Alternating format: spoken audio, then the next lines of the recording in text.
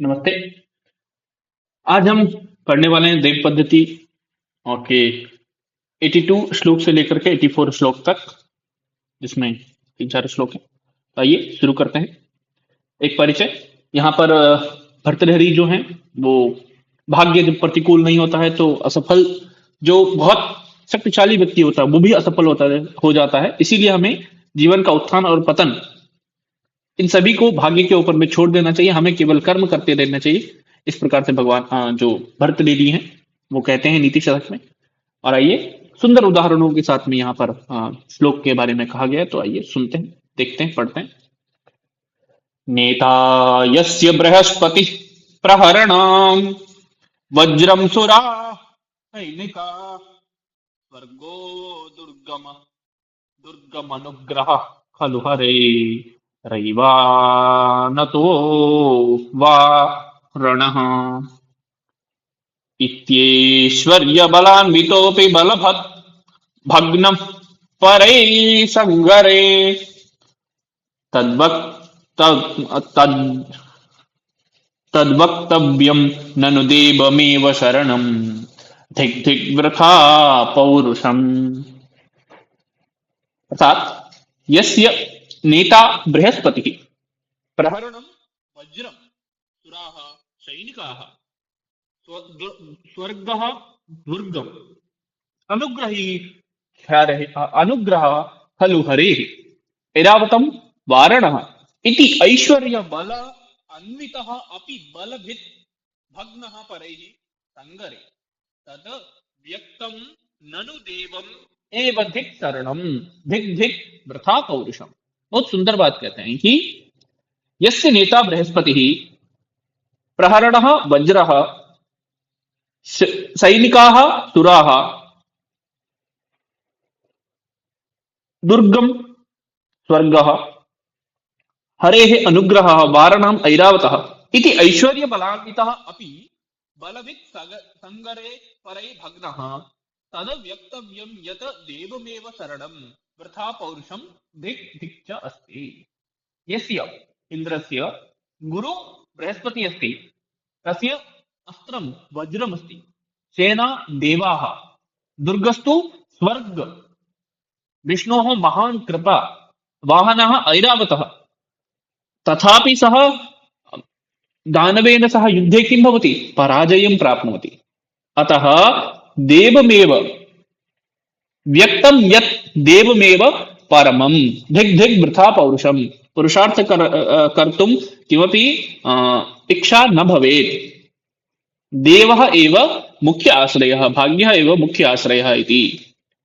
जिस इंद्र के गुरु जो है बृहस्पति है, इंद्र वज्र जो है वह अस्त्र है, देवता उनकी सेना है, स्वर्ग उनका दुर्ग है, विष्णु की भगवान की कृपा है, और ऐरावत जिसका वाहन है वो भी क्या होता है? युद्ध में पराजित होता है। इससे स्पष्ट होता है कि भाग्य ही मुख्य आश्रय है और पुरुषार्थ पर गर्व करना व्यर्थ है। मतलब हमें पुरुषार्थ पर गर्व नहीं करना चाहिए।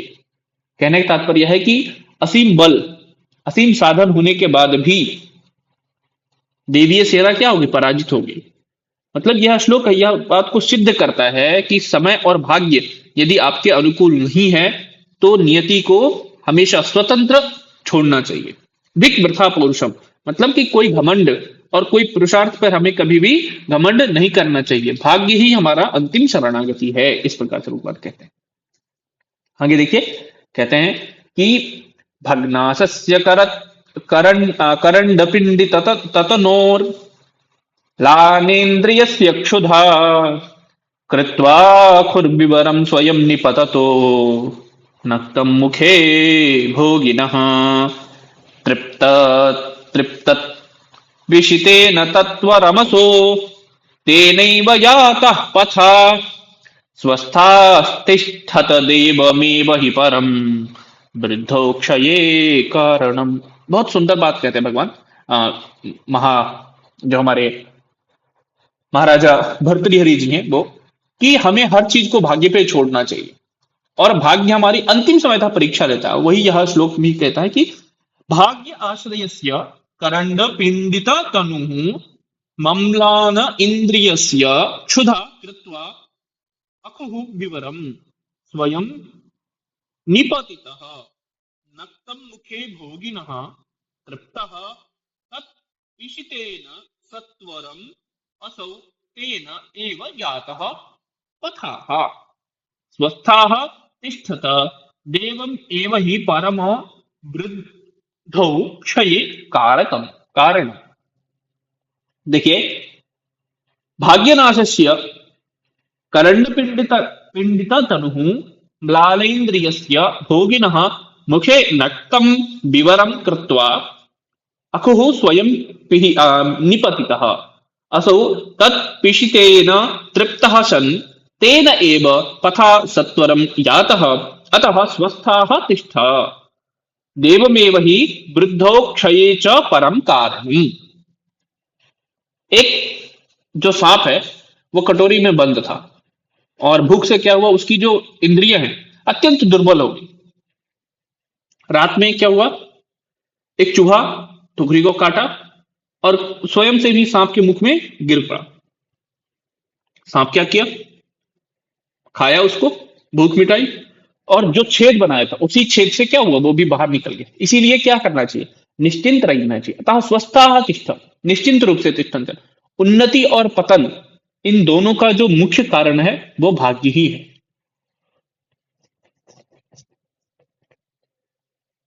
देखिए, परिस्थिति जो अनुकूल परिस्थिति थी, प्रतिकूल परिस्थिति थी उसकी, सांप कटोरे में बंद था, हताश था, भूखे मरने की कगार पर था, परंतु स्वयं के किसी भी पुरुषार्थ से वहां से निकल पाना असंभव था। फिर क्या हुआ, अकल्पनीय देव योग हुआ। सांप जो चूहे का भोजन है वही भोजन भी बना और वही रास्ता भी बनाया। मतलब भाग्य जीवन मरण को अकल्पनीय चक्र को रचता है। तीसरा क्या हुआ, देव में ही परम वृद्धौ क्षय कारण। मतलब उन्नति और क्षय वास्तव में दोनों, इन दोनों के पीछे जो भाग्य है वही एकमात्र कारण है। इसीलिए निश्चिंत रहे, स्वस्थ रहे, जो आप करेंगे उसकी फल की प्राप्ति होगी, परंतु भाग्य हमारी परीक्षा लेता है, यह जरूर देखने को मिल सकता है।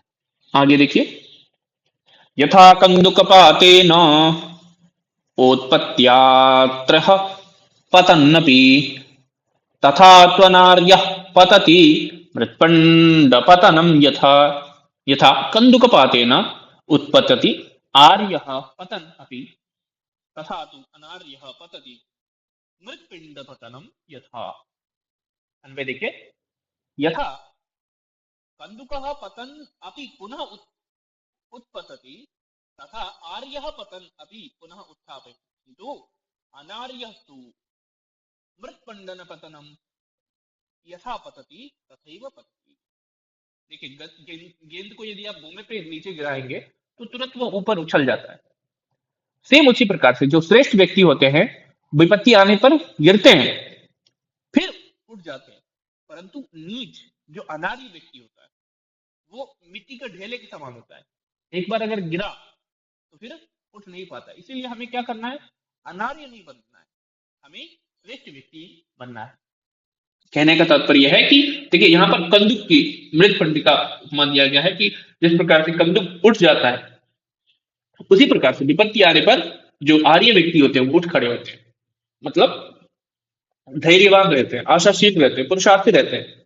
और जो अनार्य होते हैं धैर्यहीन होते हैं, निराशावान और कायरता के कारण से क्या होता है, धीरे धीरे वह बिखर जाते हैं। इसीलिए हमें धैर्यवान बनना है। और please support our channel the Sanskrit mentor YouTube channel. यदि ये प्रस्तुति आपको बहुत अच्छी लगी हो तो प्लीज लाइक करें, कमेंट करें, शेयर करें और हमारे चैनल का हिस्सा बने। हमारे इस चैनल को जरूर सब्सक्राइब करें। आपका बहुत बहुत धन्यवाद। Thank you.